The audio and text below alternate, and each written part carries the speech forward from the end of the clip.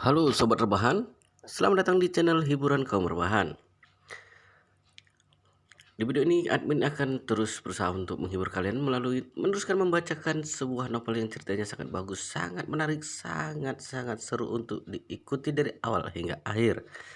Pastikan kalian sudah subscribe channel ini dan aktifkan lonceng notifikasinya agar tidak ketinggalan jika admin update video terbaru. Jika berkenan, share juga ke teman kalian agar teman kalian juga mendapatkan hiburan seperti ini. Jika kalian menyukai video-video seperti ini, jangan lupa di like. Oke, kita lanjutkan di part ke 116, dimana di part sebelumnya, yaitu ini adalah suasana dimana keluarga Song sedang merayakan pesta besar, pesta ulang tahun keluarga besar Song, ya, ataupun orang tertua di keluarga Song, yaitu kakek dari Song Wanting. Dan saat ini Song Wanting berburu-buru akan menjemput seorang yang luar biasa, yang sangat spesial, yang akan diundang, yang akan menghadiri di acara ulang tahun kakeknya. Siapakah beliau? Dan di sini Wuxin sedang menahannya dan menanyakan saat dia ingin pergi menjemput seseorang tersebut. Mari kita lanjutkan di part ke 116 ini. Wuxin merasa sedikit kesal dan marah di dalam hati.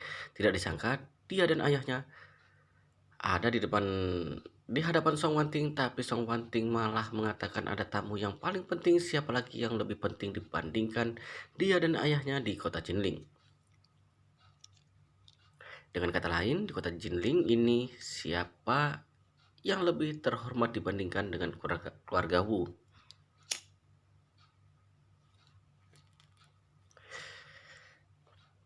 Meski hatinya merasa sangat tidak senang, namun Wuxin tetap saja berkata dengan sangat gagah, "Oh iya, Wanting, aku secara khusus mempersiapkan sebuah hadiah untukmu, entah kamu suka atau tidak."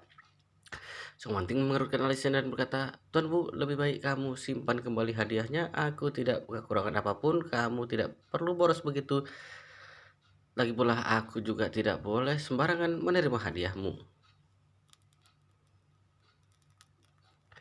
Wuxin bergegas mengeluarkan kotak yang diberikan oleh Liu Guang kepada dirinya, kemudian berkata dengan serius, "Wanting, untuk apa kamu masih bersikap sungkan begitu padaku? Alasan aku untuk melakukan ini juga karena beberapa kali aku melihat gelang yang kamu kenakan itu sudah sangat usang. Aku merasa sangat kasihan padamu. Kamu ini adalah nona besar keluarga Song. Bagaimana bisa mengenakan aksesoris yang begitu rendah dan murahan seperti itu?" Bicara sampai di sini, Wuxin sudah mengeluarkan gelang yang dibeli olehnya lalu mengatakan, "Wanting, gelang ini merupakan karya legendaris dari master desainer permata asal Italia bernama Fischer. Hanya ada satu di seluruh dunia, nilainya mencapai lebih dari ratusan juta yuan. Aku membelinya khusus untuk memberikan kepadamu. Hanya gelang seperti ini yang bisa sepadan dengan identitas dan bisa sepadan dengan karismamu. Rongsokan yang ada di tanganmu itu sudah seharusnya dibuang di dalam tong sampah sejak awal." Wuxin awalnya mengira seluruh wanita yang ada di dunia mencintai permata, terutama permata yang mahal. Jadi Song Wanting juga pasti tidak terkecuali. Oleh karena itu, gelang yang dibelinya dengan harga yang tinggi ini pasti mampu meluluhkan hati Song Wanting. Namun tidak terpikirkan olehnya, setelah selesai mendengar ucapannya, raut wajah Song Wanting seketika itu menjadi kelam. Sorot matanya saat memandang Wuxin syarat akan rasa marah dan muak yang belum pernah terlihat sebelumnya. Gelang yang ada di pergelangan tangannya itu memang tidak bernilai tinggi, juga memang terlihat sedikit kuno dan sudah usang. Tetapi gelang ini merupakan barang peninggalan dari ibunya untuk dia. Bertahun-tahun selama ibunya meninggal dunia, gelang itu selalu dikenakan di tangannya, selalu dia jaga. Bagi dirinya, gelang itu memiliki makna yang luar biasa. Waktu itu saat keberuntungannya tidak sengaja terkunci oleh Feng Shui formasi naga, beberapa kali mengalami kecelakaan mobil dan hampir meninggal juga tidak membuatnya merasa takut. Hanya saja kehilangan gelang ini akan membuatnya sangat sedih, rasanya lebih baik mati daripada hidup. Dan alasan dia sengaja mengundang Master Lai dari Hong Kong yang menipu orang itu juga supaya bisa mengubah peruntungan lalu menemukan gelang ini. Tetapi kala itu dia sendiri hampir dicelakai oleh Master Lai yang menyamar itu. Jika bukan Yi Chen yang menyadari apa yang dialaminya juga membantu dirinya membuka formasi naga, mungkin dirinya sudah tidak bernyawa lagi. Sementara alasan gelang ini bisa ditemukan itu semua juga berkat bantuan Yi Chen. Jika bukan Yi Chen yang membongkar formasi naga, dia sendiri tidak akan ada keberuntungan ini bisa menemukan kembali gelang ini. Dari mana? Dari sana bisa dilihat sebenarnya seberapa penting gelang ini bagi dirinya. Akan tetapi gelang yang sangat penting baginya ini, gelang yang menyimbolkan segala perasaan dan kerinduan akan ibunya ini, tidak disangka dibuat sebagai rongsokan oleh Wuxin, juga mengatakan seharusnya dibuang ke dalam tong sampah. Ini benar-benar membuat Song Wanting marah hingga hampir meledak.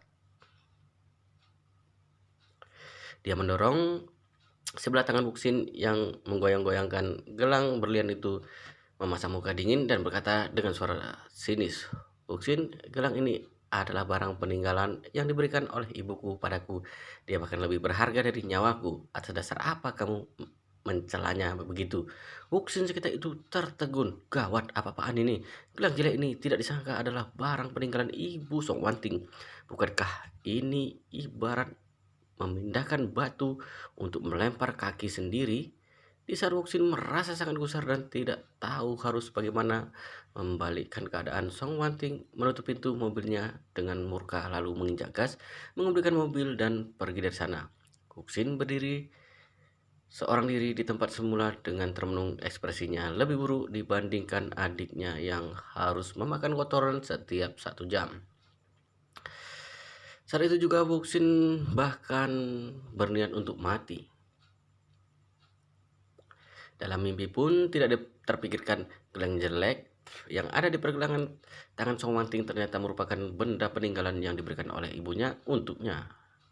Dan dirinya malah mengatakan barang peninggalan dari ibunya itu adalah rongsokan. Ini benar-benar sudah membuat masalah besar tanpa disengaja.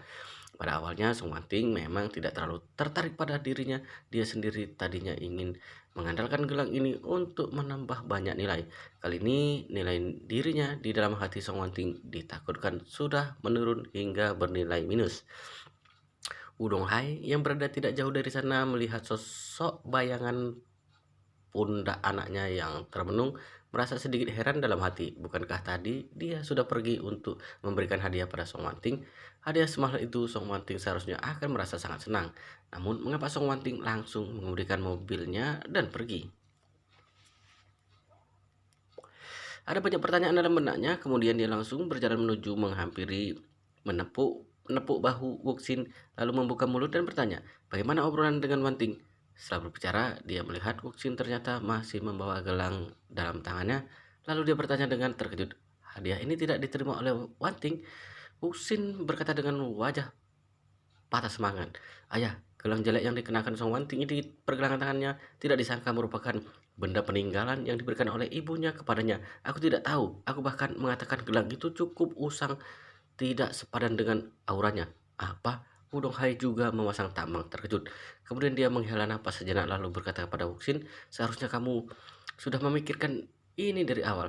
Dengan identitas Song Wanting tidak mungkin mengenakan gelang yang usang. Karena sudah dikenakannya, maka pasti ada hal lain di baliknya. Kamu terlalu ceroboh dan tidak hati-hati." Wuxin hampir menangis, dia melihat ayahnya lalu berkata dengan merasa salah, "Ayah, tadi Anda baru saja memuji pengamatan saya yang detail, membidik tepat pada sasaran. Sekarang mengatakan saya ceroboh dan tidak hati-hati." Wajah wajah Wudong Hai tampak kemerahan. Setelah beberapa saat dia bergegas mengatur kembali ekspresinya lalu berkata dengan serius, "Kamu memang udah mulai mengamati dengan detil, hanya saja pengamatanmu kurang mendalam. Harus mengambil pelajaran dari masalah kali ini, kelak jangan lagi mengulang kesalahan seperti ini." Wuxin menghela napas panjang sejenak. "Baik, saya sudah mengerti, ayah." Selesai berbicara dia kembali mengatakan, "Oh ya, tidak disangka Song Wanting menyetir mobil sendiri untuk menjemput orang, juga mengatakan menjemput tamu penting. Ayah, tamu penting apa yang membuat keluarga Song begitu mementingkannya?" Wudong Hai menguruskan alisasinya, "Ini aku juga tidak tahu, tapi berdasarkan apa yang aku ketahui, di dalam tamu undangan yang diundang oleh keluarga Song, selain kita, yang lainnya adalah rekan kerja sama kota Jinling dan teman lama. Tidak ada tokoh besar yang akan datang." Aneh jika begitu, Wuxin bergumam mengatakan, "Atau jangan-jangan Song Wanting pergi menjemput pujaan hatinya? Aku juga tidak bisa memastikan ini." Wudong Hai berpesan dan mengatakan, "Kamu harus lebih banyak memperhatikan. Lihat bersama dengan siapa dia kembali." Baik, saat ini Song Wanting sedang mengemudikan mobil menuju rumah Yichen. Ini pesta ulang tahun kakek, dia seharusnya membantu di rumah, namun dia sungguh sedikit merindukan Yichen, jadi dia ingin menjemputnya sendiri. Dengan demikian, dia dan Yichen bisa punya waktu berduaan sepanjang perjalanan. Jika menunggu Yichen sampai di kediaman keluarga Song, sampai saatnya nanti ada banyak tamu yang mengelilingi, dia tidak akan punya kesempatan untuk berbicara secara pribadi dengan Yichen. Tuan Besar Song mendengar bahwa dia ingin menjemput Yu Chen, tentu saja juga menyetujuinya tanpa ragu sedikit pun. Meski sekarang Yu Chen sudah pernah menikah, namun Tuan Besar Song masih saja menganggap Yu Chen sebagai menantu baik keluarga Song di masa depan. Dalam perjalanan, Song Wanting mengeluarkan ponselnya, bersikap untuk menghubungi Chen. Dikarenakan hari ini adalah akhir pekan, anggota keluarga bangun lebih lambat, jadi Chen baru selesai mempersiapkan sarapan pada pukul 10 lewat, kemudian menghidangkannya di meja. Securan keluar dari kamar tidurnya meregangkan pinggang, lalu bertanya pada Chen, "Kamu ada urusan hari ini?" Ichen berkata, "Aku akan menghadiri pesta ulang tahun seorang teman di siang hari." Setelah selesai berbicara, Ichen bertanya padanya, "Istriku, apa kamu punya urusan?" Securan mengangguk-angguk lalu berkata, "Aku ingin membeli sedikit keperluan, tapi kamu urus saja urusanmu. Jika ada perlu, aku akan mengajak Rolin untuk pergi bersama." Ichen lalu mengatakan, "Maaf istriku, kamu pergi saja dulu dengan Rolin. Aku akan menemanimu lain hari." Securan tersenyum tipis, "Ya, baik." Ibu mertua Malan bertanya dengan tampang tidak senang, "Hei Ichen, kamu punya teman yang berulang tahun di kota Jinling. Usianya sudah tidak muda bukan?" Ichen mengangguk-angguk, "Sudah 80 tahun." Malan menyindir dan berkata, "Sekarang kamu mulai memakai kemampuan tidak jelasmu itu untuk menipu orang tua yang sudah mau mati, menipu uang simpanan peti mati mereka." Ichen menjawab dengan datar, "Aku tidak pernah menipu siapapun." Masih berpura-pura, Manan mendengus dingin dan berkata, "Apakah toko besar di kota Jinling yang pernah kamu tipu jumlahnya masih kurang banyak? Aku beritahu padamu, masa depanmu bahkan sudah aku lihat dengan jelas. Kamu tidak ada bedanya dengan Master Chi waktu itu. Akhir yang menunggumu hanya ada dua. Jika bukan masuk penjara, maka akan dibunuh." Belakang ini, Malan selalu saja merasa tidak senang saat melihat Yichen. Alasan utamanya adalah Yichen mendonasikan uang kekalahannya pada Helian serta Qian Hokian kepada Harapan Project. Sekarang uangnya tidak tertinggal sepeser pun. Uang dalam kartu keanggotaan kecantikan sudah habis dipakainya dan tidak punya uang untuk mengisinya. Dia juga tidak tahu jika ini disadari oleh suami dan putrinya, harus bagaimana menjelaskannya pada mereka. Sementara dalam benak Malan, Yichen merupakan asal dari semua petaka ini. Oleh karena itu, tentu saja dia sangat tidak senang pada Yichen. Secang pun mendengar Malan mulai mencari masalah dengan Yichen, dia kemudian bergegas pasang badan dan melindungi Yichen. "Kenapa kamu begini? Untuk apa selalu mencari keributan dengan Yichen?" Perilaku Yichen belakangan ini sangat baik. Baik dari mana? Malan tidak tahu banyak Xiao Changkun saat berkumpul dengan teman sekolahnya beberapa waktu yang lalu sudah berlagak hebat dengan mengandalkan Yichen. Hatinya sekarang sedang sangat berterima kasih pada Yichen.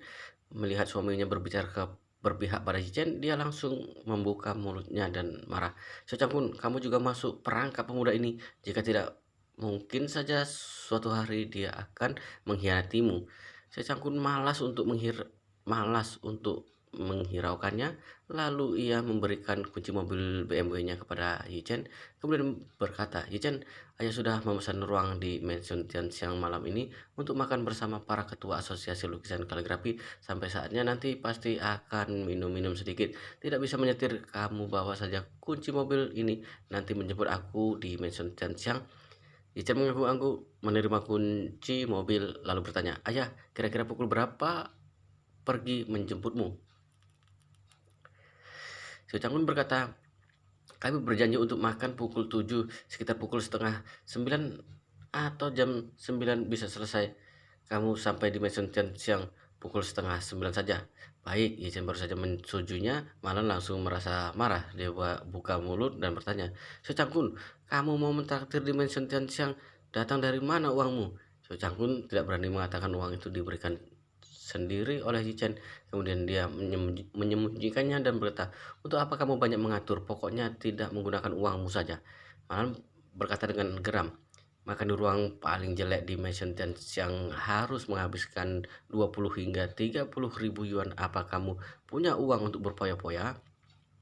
Si Changkun berkata dengan kesal, "Sudah dari awal aku katakan padamu, aku akan bersaing untuk posisi manajer eksekutif. Apa anehnya menghabiskan 20 hingga 30 ribu yuan untuk makan, lagi pula tidak menggunakan uangmu?" Amarah Malan memuncak, dia buka mulut dan mengatakan, "Uang senilai 20 ribu yuan sudah cukup buatku pergi ke pusat kecantikan beberapa kali untuk perawatan wajah dan perawatan tubuh. Kamu malah menghabiskan uang ini untuk mentraktir orang lain untuk makan." Secang pun buka mulut dan berkata, "Kamu pergi ke pusat kecantikan bisa dihabiskan 1 hingga 20 ribu yuan selama 1 bulan. Aku juga tidak mencegahmu. Uang senilai 2 juta yuan lebih semua ada padamu. Kamu menggunakan uangmu, aku menggunakan uangku. Saat meminta uang padamu, tidak kamu berikan. Untuk apa kamu masih mengurus dari mana datangnya uangku?" Malah seketika itu tertegun oleh pertanyaan Xiu Changkun. 2 juta yuan milik keluarga memang ada padanya, tapi sekarang sudah didonasikan untuk harapan proyek. Dirinya sekarang juga sudah tidak punya uang untuk pergi ke pusat kecantikan untuk merawat wajahnya. Jika uang 20 ribu yuan ini bisa diberikan kepada dirinya agar bisa dipakai untuk merawat wajahnya, bukankah akan sangat baik? Yichen yang memperhatikan perilaku Malan, hatinya merasa tergelitik. Dia tahu sekarang ini Malan sangat kekurangan uang. Biasanya dia selalu menghamburkan uang tanpa tanggung-tanggung. Sekarang dalam seketika kehilangan semuanya, dia pasti merasa tidak nyaman di dalam hati. Sekarang Malan yang melihat Xiao Changkun ternyata masih akan makan di Mansion yang pasti merasa semakin gusar. Seperti dugaan, Malan membuka mulutnya dan bertanya pada Xiao Changkun, "Tidak boleh, serahkan uang yang mau kamu pakai untuk makan padaku." "Atas dasar apa?" Xiao Changkun seketika saja merasa panik lalu bersuara dan mengatakan, "Malan, aku peringatkan kamu jangan bertindak keterlaluan. Semua uang yang ada di tanganmu tidak diberikan padaku juga tidak masalah. Sekarang malah ingin meminta padaku." Malan menyembunyikan sesuatu dalam hati. Dia berkata dengan terbata-bata, "Apa kamu tidak bisa pergi ke tempat yang lebih murah sedikit? Boleh juga menghabiskan 10 ribu yuan untuk makan, lalu berikan 10 ribu yuan lagi padaku." Xiao Changkun berkata dengan penuh amarah, "Kamu sendiri mempunyai banyak uang, untuk apa harus meminta 10 ribu yuan dariku? Ini sudah keterlaluan, bukan?" Malan berkata dengan kesal, "Aku tidak peduli jika hari ini kamu tidak memberikan 10 ribu yuan untukku. Aku tidak akan membiarkanmu keluar untuk makan. Jika hari ini kamu bisa keluar dari pintu ini, maka anggap aku Malan yang kalah." "Kamu tidak waras." Xiao Changkun meletakkan sumpit ke atas meja lalu berkata dengan murka, "Malan, aku peringatkan dirimu, kamu jangan keterlaluan. Aku susah payah mengundang para ketua untuk keluar, juga sudah memilih tempat dan memberitahu mereka. Jika kamu memperlakukan aku, tidak akan mengampunimu untuk hal ini." Tidak mengampuni tidak masalah. Siapa yang takut? Manlan juga tersulut emosi. Dia sungguh ingin mendapatkan 10 ribu yuan dari Su Changkun. Dengan 10 ribu yuan ini, dia setidaknya bisa terlebih dahulu mengisi uang ke dalam kartu kecantikannya. Sore harinya dia juga masih bisa melakukan perawatan wajah bersama sahabat lamanya. Pagi tadi semuanya janjian di dalam grup untuk pergi ke pusat kecantikan bersama-sama, tapi karena tidak ada uang di dalam kartunya, jadi dia hanya bisa menggunakan alasan sibuk untuk menolak secara halus. Jika Su Changkun memberikan uang itu kepadanya, maka dirinya bisa seperti biasanya pergi merawat wajah. Su Changkun sudah sangat marah hingga hampir menangis. Dia bangkit berdiri, menatap Malan dengan penuh amarah, lalu berkata dengan geram, "Malan, mengapa kamu ini begitu keterlaluan? Uang keluarga ini biasanya diberikan untukmu. Uang yang aku hasilkan dari barang antik yang berjumlah ratusan ribu yuan itu juga sudah kuberikan padamu. Kamu masih belum puas? Aku beritahu padamu, kamu jangan mendesak orang hingga ke ambang batas." Marlan mengatakan giginya dan berkata, 10.000 yuan untuk makan masih belum cukup, harus makan hingga 20.000 yuan. Aku mau menghentikan kebiasaanmu yang boros dan berlebihan seperti ini. Tidak boleh membuatmu semakin angkuh. Secanggun berbicara dengan matanya yang memerah. Kamu pikirkan saja sendiri. Selama 1 tahun berapa banyak uang saku yang aku punya. Kapan aku pernah boros dan berlebihan? Menurutku yang boros dan berlebihan itu kamu, bukan? Lihat saja pakaian dan aksesorismu itu. Lemari baju sudah tidak sanggup menampung dan kamu masih saja membeli tanpa henti. Malan berkata dengan kesal, aku menikah denganmu dan mengalami banyak kesulitan. Kamu tidak senang denganku yang hanya membeli beberapa potong baju. Kamu ini masih berperasaan atau tidak? Setelah berbicara, air mata Malan turun begitu saja. Dia berbicara sambil menahan tangis. Waktu itu kamu membuatku hamil di luar nikah. Aku menerima banyak sekali tatapan sinis dan olokan dari orang-orang setelah menikah denganmu. Kemudian mendapat perlakuan tidak baik dan dipermalukan oleh ibumu. Sekarang kamu malah mengeluh tentang aku yang membeli banyak baju. Aku sungguh sudah buta. Saat ini Sio Changkun bahkan berniat untuk mati saja. Waktu itu dia hamil di luar nikah. Bukankah karena dia yang membiarkan Sio Changkun minum sampai mabuk lalu kemudian menidurinya? Jadi bukan karena dia menggunakan cara ini. Bagaimana mungkin cerita pertama Sio Changkun merasa marah lalu pergi ke Amerika? Bagaimana mungkin cinta pertama Sio Changkun merasa marah lalu pergi ke Amerika? Dia sudah menghancurkan Sio Changkun selamanya karena menghargai putrinya. Sio Changkun menahan semuanya, namun sekarang dia bahkan tidak mengizinkannya untuk pergi makan. Bukankah ini sudah keterlaluan? Berpikir sampai di sini, Sio Changkun merasa marah hingga tubuhnya bergetar kemudian memaki. Manan, kala itu hal apa yang telah kamu lakukan? Apa yang kamu sendiri tidak tahu? Tidak disangka masih berani menyalahkanku. Apa yang sudah aku lakukan? Aku sudah mengandung anakmu. Malan menangis terseduh-seduh dan berkata dengan suara kencang, saat itu aku adalah gadis suci lalu ditindas olehmu setelah kamu mabuk. Kamu bicara omong kosong. Saya pun merasa sangat disalahkan dan hampir menangis dengan keras. Selama beberapa tahun ini hatinya selalu merasa tertekan. Tidak disangka Malan masih menyerangnya balik. Sebenarnya seberapa tidak tahu malu wanita ini. Saat itu Securan sudah tidak tahan dengan kondisi yang ada. Kemudian buka mulut dan berkata, ayah, ibu, kalian berdua jangan bertengkar lagi. Masih membiarkan orang lain untuk makan tidak? Selesai berbicara, dia kembali berkata pada Malan, ibu, kamu jangan mempersulit ayah lagi. Dia biasanya juga tidak banyak menghamburkan uang. Sekarang dia ingin mentraktir orang untuk makan, menjalin relasi. Mengapa kamu harus menentangnya? Malan mengelak dan mengatakan, bukankah aku ini juga ingin berhemat demi keluarga? 20.000 yuan untuk sekali makan. Apakah keluarga kita adalah keluarga seperti itu? Selesai berbicara, dia menatap si Cangkun dengan penuh amarah lalu mengatakan, hari ini biar bagaimanapun kamu harus memberikan uang ini. Cucuran juga bukan tidak tahu tentang bagaimana pemikiran Malan. Ibunya ini tidak cukup jika hanya dideskripsikan dengan kata tergila-gila pada uang. Jika hari ini ayahnya tidak memberikan uang, maka ditakutkan akan sangat sulit untuk keluar. Jadi dia kemudian buka mulut dan berkata, ibu, kamu jangan mempersulit ayah lagi. Bukankah hanya 10.000 yuan? Aku saja yang memberikannya padamu. Baik, Malan langsung menjawab dengan antusias. Jika begitu, transfer via WeChat untukku. Seorang mengangguk-angguk lalu mengeluarkan ponselnya kemudian mentransfer uang sejumlah 10.000 yuan untuk Manan. Manan membuka aplikasi WeChat, menekan tombol terima transfer. Setelah mendapatkan uangnya, mulutnya membuka dan terus terkekeh-kekeh. Kemudian dia segera mengirim pesan dalam grup yang beranggotakan 5 orang dan mengatakan, Saudariku, aku ikut perawatan wajah sore ini. Orang dalam grup bertanya, bukankah pagi tadi kamu mengatakan ada urusan sore ini? Manan bergegas membalas dan berkata, awal berencana untuk pergi berbelanja, tapi kakiku sedikit sakit, tidak jadi pergi. Lebih baik pergi ke pusat kecantikan dan melakukan perawatan wajah, santai sedikit.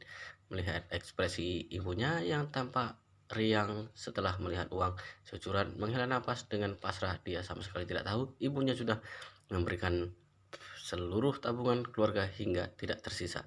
Pada saat ini ponsel yang Yi Chen letakkan di atas meja mendadak bergetar. Yang menelponnya adalah Song Wanting.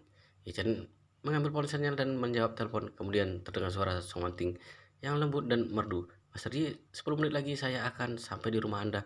Kapan Anda bisa turun? Yi Chen mengatakan, kamu tunggu aku sebentar, nanti saat anggota keluarga sudah selesai sarapan, aku selesai membereskan mangkuk dan sumpit lalu akan turun. Baik, kalau begitu saya menunggu Anda di depan pintu perumahan. Mendengar jawaban dari Chen, Song Wanting tiba-tiba merasa sedikit kasihan. Pria sesempurna Master Yi masih harus membereskan mangkuk dan sumpit di rumah. Ini benar-benar tindakan mempermalukan Master Yi. Dia tanpa sadar diam-diam berpikir dalam hati, jika Master Yi menjalin hubungan dengannya, maka dia tidak akan membiarkan Master Yi mengerjakan sedikit pun pekerjaan rumah. Bagaimanapun, pria seharusnya bekerja dan berjuang di luar. Lalu saat tiba di rumah dilayani oleh istri, bagaimana boleh mengerjakan pekerjaan rumah tangga di rumah. Di satu sisi dia mewakili Yi Chen merasa sangat tidak patut, di sisi lain juga berharap dirinya bisa menjadi wanita yang melayani Yi Chen dengan sepenuh hati. Setelah Yi Chen memutuskan sambungan telepon, Securan lalu berkata, Yi Chen, temanmu sudah datang menjemputmu? Ya, Yi Chen mengangguk-angguk lalu berkata, cucu dari teman kebetulan kemari untuk menjemputku dan pergi bersama-sama. Securan mengiyakan sejenak juga tidak banyak berpikir lalu mengatakan, begini saja, kamu pergi saja biar aku yang membereskan mangkuk dan sumpitnya. Jangan biarkan orang lain menunggu terlalu lama. Yi Chen bergegas mengatakan, tidak masalah istriku, biarkan dia menunggu sejenak, aku bereskan dulu baru pergi. Securan bergegas mendorongnya lalu berkata, sudah, aku yang bereskan saja, kamu pergi saja dulu jika ada urusan. Jangan biarkan orang lain menunggu lama. Wow, pada akhirnya di part ini sampai di sini dulu ya guys. Kita lanjutkan di part berikutnya, di video berikutnya. Tetapi jangan lupa subscribe dan aktifkan lonceng notifikasinya agar kalian tidak ketinggalan jika admin update video terbaru. Jika kalian menyukai video seperti ini, jangan lupa like. Jika berkenan, share juga ke teman lainnya agar teman lainnya juga mendapatkan hiburan seperti ini. Oke, kita lanjutkan di part berikutnya di video selanjutnya.